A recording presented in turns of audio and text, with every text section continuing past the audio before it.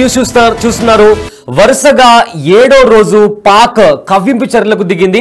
అయితే పహల్గామా ఉగ్రదాడి తర్వాత వరుసగా పాక్ కాల్పులకు దిగుతుంది. అంటే స్మాల్ రేంజ్ ఫైరింగ్ తో సరిహద్దుల దగ్గర కాల్పులు చేస్తుంది పాకిస్తాన్ ఆర్మీ.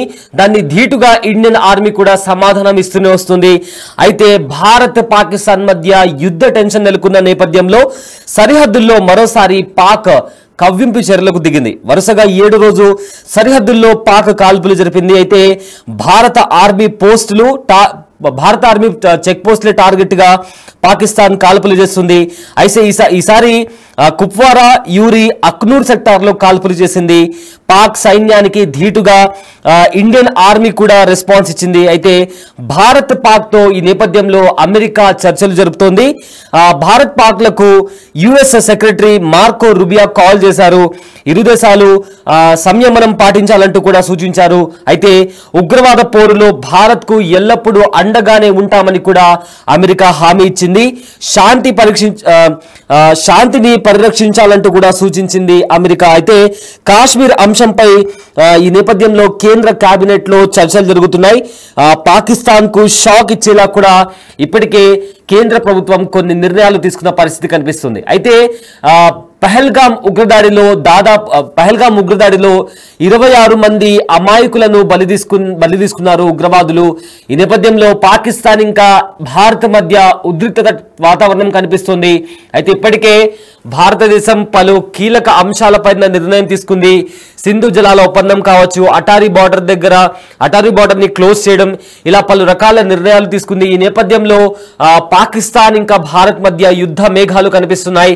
అయితే వరుసగా 7వ రోజు ఎల్ఓసి దగ్గర కాల్పుల విరమణ ఒప్పందం ఉన్నప్పటికీ కూడా పాకిస్తాన్ సైనికులు కాల్పులకు దిగుతున్నారు, కవ్వింపు చర్యలకు దిగుతున్నారు. అయితే ఈ నేపథ్యంలో భారత చెక్ పోస్టులను టార్గెట్ చేస్తూ కాల్పులకు దిగుతున్నారు. ఈసారి కుప్వారా, యూరి, అఖ్నూర్ సెక్టార్ లో కాల్పులకు దిగారు పాకిస్తాన్ బలగాలు. అయితే వాటిని ధీటుగా ఎదుర్కొంటూనే భారత బలగాలు కూడా రెస్పాన్స్ ఇస్తున్నాయి, రిటాలియేట్ చేస్తున్నాయి. ఈ నేపథ్యంలో ఎల్ఓసి దగ్గర కాస్త ఉద్రిక్తత పరిస్థితులు కనిపించాయి. అయితే ఈ నేపథ్యంలో ఇప్పటికే భారత ప్రభుత్వం కూడా ఎవరైతే బిఎస్ఎఫ్ బార్డర్ సెక్యూరిటీ ఫోర్స్ సెలవులు తీసుకుని ఇంటికి వెళ్లారో వాళ్ళు తిరిగి వచ్చి విధుల్లో చేరాలని కూడా ఇప్పటికే ఆదేశాలు జారీ చేసింది. అదే నేపథ్యంలో త్రివిధ దళాలు కూడా అటు సముద్రంలో ఇటు ఎల్ఓసి దగ్గర కూడా భారీగా యుద్ధ ట్యాంకర్లు మోహరించి ఇప్పటికే మాక్ డ్రిల్ కూడా నిర్వహించాయి. చేసిన ప్రతి మాక్ డ్రిల్ కూడా సక్సెస్ అవుతుంది. అయితే పాకిస్తాన్ లో ఇప్పటికే అంతర్గత యుద్ధం మొదలైంది. అటు పాకిస్తాన్ పోలీస్ ఇంకా పాకిస్తాన్ ఆర్మీ మధ్య ఆర్గ్యుమెంట్స్ కూడా జరిగిన సిచ్యువేషన్ మనం నిన్న కూడా చూసాము.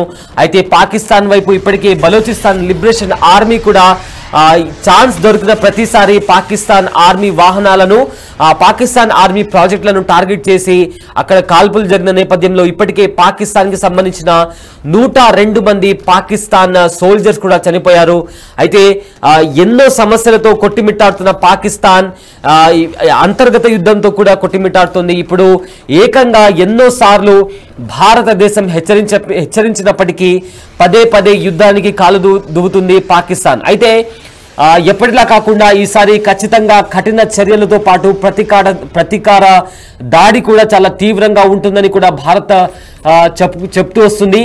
అదే దిశగా అడుగులు కూడా వేస్తుంది. అయితే ఎన్నో కీలక నిర్ణయాలు తీసుకుంది. సింధు నదీ జలాల ఒప్పందం కావచ్చు. ఈ నేపథ్యంలో పాకిస్తాన్ లోని చీనాబ్ నది దగ్గర నీళ్లకు సంబంధించి ఇప్పటికే ఆ నది మొత్తం ఎండిపోయినటువంటి పరిస్థితి శాటిలైట్ ఇమేజెస్ ద్వారా కూడా బిగ్ టీవీ మీకు చూపించింది. అయితే ఈ అంశానికి సంబంధించిన మరింత సమాచారం మా ప్రతినిధి శివ అందిస్తారు.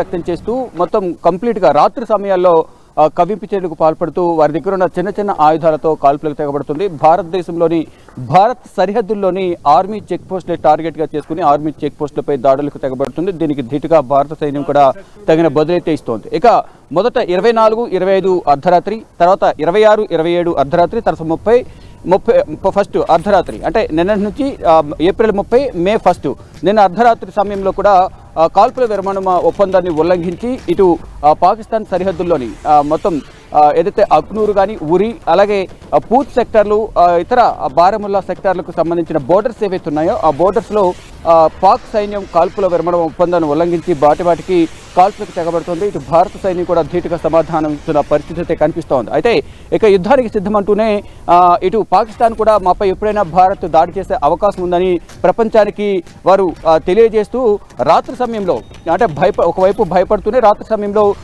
వారు కవింపు చర్యలకు పాల్పడుతూ ఇక్కడ కాల్పులకు తెగబడుతున్న పరిస్థితి కనిపిస్తోంది. భారత సైన్యం కూడా ధీటుగా సమాధానం ఇస్తుంది. ఇప్పటికే ఇరు దేశాలు సైన్యాలను మోహరిస్తున్నప్పటికీ సరిహద్దుల్లో ఈ పాకిస్తాన్ ఇప్పటికే 4 రాఫెల్ జెట్స్ విమానాలను భారత్ సరిహద్దుల్లో మోహరించింది. దానికన్నా ముందు రోజే ఇటు పీఓకే సరిహద్దుల్లో మొత్తం గగనతలంలో విహరిస్తూ అక్కడ ఏదైతే పీఓకేలు ఉగ్రవాద స్థావరాలు ఏవైతే ఉన్నాయో అవే టార్గెట్గా చేసుకుని వాటి స్థావరాలకు సంబంధించి ముందుగా గుర్తించి తర్వాతగా అటాక్ చేయొచ్చనే ఉద్దేశంలో రఫేల్స్ అక్కడ చక్కర్లు కొట్టినట్టు కూడా తెలుస్తోంది. ఈ నేపథ్యంలోనే ఇండైరెక్ట్గా కొన్ని సంకేతాలు పంపించింది భారత్ యుద్ధానికి సిద్ధమంటూ కూడా రఫేల్స్ ద్వారా పాకిస్తాన్కు కొన్ని సంకేతాలు పంపించిన నేపథ్యంలో రోజు రోజుకు పాకిస్తాన్లో ఆందోళన మొదలైంది. మరోవైపు ఇటు పాకిస్తాన్తో అమెరికా కూడా కొన్ని సంప్రదింపులు జరుపుతోంది. ఉగ్రవాదానికి సంబంధించి తగిన చర్యలు తీసుకుని ఇద్దరు సహకరించుకోవాలి, ఎటువంటి ఉగ్రవాద కార్యకలాపాలు కొనసాగించొద్దని కూడా అమెరికా కూడా సంప్రదింపులు చేస్తున్నట్టుగా తెలుస్తుంది. కానీ పాకిస్తాన్ మాత్రం కవింపు చర్యలకు పాల్పడుతూ సరిహద్దులో కాల్పుల విరమణ ఒప్పందాన్ని ఉల్లంఘిస్తూ కాల్పులకు తెగబడుతోంది. మరోవైపు ఉగ్రవాద స్థావరాలను రోజు రోజుకు పెంచుకుంటూ పోతుంది. ఉగ్రవాద చర్యలకు సంబంధించి శిక్షణ కార్యక్రమాలను ఎక్కువగా కార్యకలాపాలు చేస్తూ ఉంది. ఈ నేపథ్యంలోనే ఉగ్రవాద నిరోధక కార్యకలాపాలను నిరోధించేందుకు సమూలంగా నిర్మూలించేందుకు భారత ప్రభుత్వం భారత ఆర్మీ ప్రయత్నిస్తుంది. దానిలో భాగంగానే ఏదైతే పీఓకే కేంద్రంగా ఉగ్రవాద కార్యకలాపాలు అనేవి అక్కడ శిక్షణ కార్యక్రమాలు అనేవి ఆ స్థావరాలు అనేవి కూడా ఎక్కువగా పీఓకేలో ఉన్నాయి. ఆ పీఓకేలో ఉగ్రవాద స్థావరాలు కంప్లీట్గా సర్వనాశనం చేస్తే తప్ప ఉగ్రవాదం అనేది నిర్మూలన కాదు అనేది కూడా భారత ప్రభుత్వం భావిస్తుంది. దానిలో భాగంగానే ఆ చెక్ పోస్ట్ టార్గెట్గా కొన్ని ప్రణాళికలు సిద్ధం చేసింది. దీనికి సంబంధించి ఉగ్రవాదుల ఏరివేతకు సంబంధించి ప్రధాని నరేంద్ర మోడీ 2 రోజుల క్రితం జరిగిన సమావేశంలో ఆర్మీకి ఏదైతే భారత ఆర్మీకి సైన్యానికి పూర్తి స్వేచ్ఛ ఇస్తున్నారు. ఉగ్రవాదుల ఏరివేతకు సంబంధించి కానీ వారిపై చర్యలు తీసుకునేందుకు ఏ సమయంలోనైనా దాడి చేసే అవకాశం కానీ వారి నిర్ణయాలకు పూర్తి స్వేచ్ఛ ఇస్తున్నట్టు కూడా ప్రధాని తెలియజేశారు. అఖిల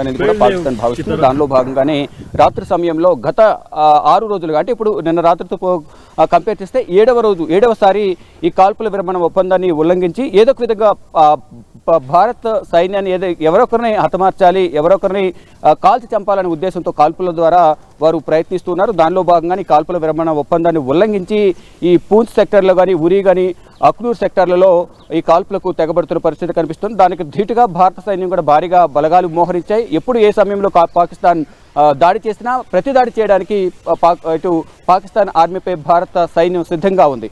దానిలో భాగంగానే భారీగా యుద్ధ సామాగ్రిని తరలించాయి. సైనికులు భారీగా మోహరించారు. అన్ని బోర్డర్స్లో జమ్మూ కాశ్మీర్ సరిహద్దులు ఏవైతే ఉన్నాయో పాకిస్తాన్కి సంబంధించిన సరిహద్దులు అన్ని వెంబడి కూడా అనంతనాగ్ కానీ పుల్వామా ఇతర సెక్టర్లు బారాముల్లా కానీ ట్రక్బిల్ ఈ మొత్తం అన్ని సెక్టర్లలో కూడా అన్ని బోర్డర్స్లో కూడా ఈ బీఎస్ఎఫ్ అలాగే భారత ఆర్మీ అంతా కూడా మోహరించి ఏ సమయంలోనూ దాడి చేసేందుకు సిద్ధంగా ఉన్నామంటూ కూడా మేము సిద్ధమైనట్టు త్రివిధ దళాధిపతులు కూడా తెలియజేశారు. దానిలో భాగంగా మరోవైపు ఏదైతే పాకిస్తాన్కి సంబంధించిన విమానాలకు సంబంధించి రాకపోకలను నిలిపివేసింది. దానికి సంబంధించి భారత్ కొన్ని సూచనలు కూడా చేసింది.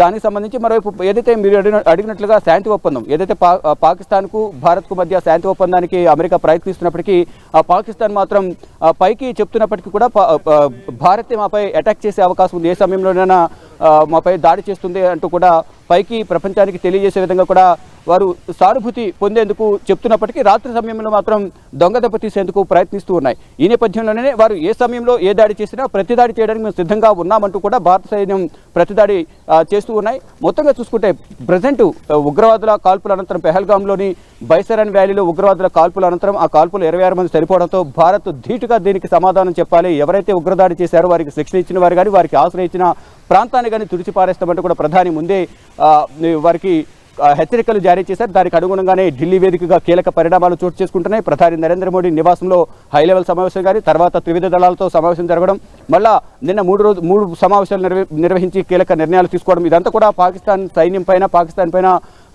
ప్రతిదాడి చేయడానికి వారిపై ప్రతీకారం తీసుకునేందుకు కీలక ప్రణాళికను సిద్ధం చేశారు. మరోవైపు ఏదైతే భారత్తో యుద్ధానికి దిగుతామంటూ కూడా పాకిస్తాన్ చెబుతున్నప్పటికీ వారి దగ్గర సరైన సైనిక బలం లేదు. మరోవైపు పెహల్గాంలో కాల్పుల తర్వాత పాకిస్తాన్పై భారత్ తీసుకున్న కఠిన నిర్ణయాల పట్ల అక్కడ ప్రభుత్వంపై కూడా వ్యతిరేకత వ్యక్తమవుతుంది. సింధు జలాల ఒప్పందం విరమించుకున్న నేపథ్యంలో అక్కడ నీటి కష్టాలు ఎక్కువయ్యాయి. తాగడానికి నీరు లేక రోడ్లపైకి వచ్చి ప్రభుత్వంపై తీవ్ర ఆగ్రహం వ్యక్తం చేస్తున్నారు ప్రజలు. నిత్యావసర ధరలు భారీగా పెరిగిపోయాయి. ఈ నేపథ్యంలోనే ప్రభుత్వం పట్ల కంప్లీట్గా వ్యతిరేకత వ్యక్తమైంది. మరోవైపు భారత్పై యుద్ధానికి ప్రతిపక్ష పార్టీలు కూడా సహకరించిన నేపథ్యంలో అటు ప్రభుత్వంపై కూడా ఒత్తిడి నెలకొంది. మొత్తంగా చూసుకుంటే భారత్ సరిహద్దుల వద్ద మాటిమాటికి పాకిస్తాన్ కవింపు చర్యలకు పాల్పడుతూ కాల్పుల విరమణ ఒప్పందాన్ని ఉల్లంఘిస్తోంది. అఖిల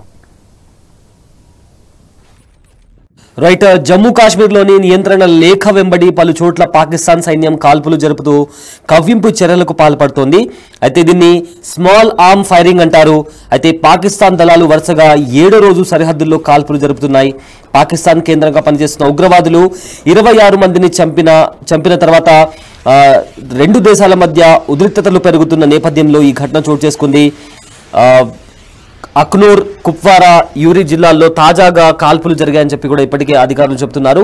అయితే భారత సైనిక దళాలు కూడా వేగంగా అదే పద్ధతిలో స్పందించాయని కూడా అధికారులు తెలుపుతున్నారు. అయితే పెహల్గాం దాడి తర్వాత పాకిస్తాన్ సరిహద్దుల్లో కాల్పులు మరింత తరచుగా జరుగుతున్నాయి. ఇది ఒక క్రమబద్ధమైన రెచ్చగొట్టే విధానాన్ని అనుసరిస్తుందని ఇప్పటికే అధికారులు చెప్తున్నారు. అయితే ఇప్పుడు కూడా కుప్వారా, యూరి, అదేవిధంగా అఖ్నూర్ జిల్లాల దగ్గర ఉన్న సరిహద్దుల దగ్గర కూడా పాకిస్తాన్ కవ్వింపు చర్యలకు దిగిందని కూడా ఇప్పటికే అధికారులు చెప్తున్నారు. ఏప్రిల్ నెలలో పాకిస్తాన్ నుంచి తీవ్ర ఉద్రిక్తతలు పెరిగాయి. అయితే నియంత్రణ రేఖ వెంబడి కనీసం ఇలా 7 సంఘటనలు నమోదయ్యాయని కూడా ఇవి సరిహద్దు శత్రుత్వాలపైన ఆందోళన రేకెత్తిస్తున్నాయని కూడా ఇప్పటికే అధికారులు చెప్తున్నారు. అయితే ఇల్లీగల్గా ఇండియాలోకి ఎంటర్ అవ్వడానికి ఇలాంటి ఒక డైవర్షన్ కైండ్ ఆఫ్ థింగ్ అని కూడా ఇప్పటికే అధికారులు చెప్తున్నారు.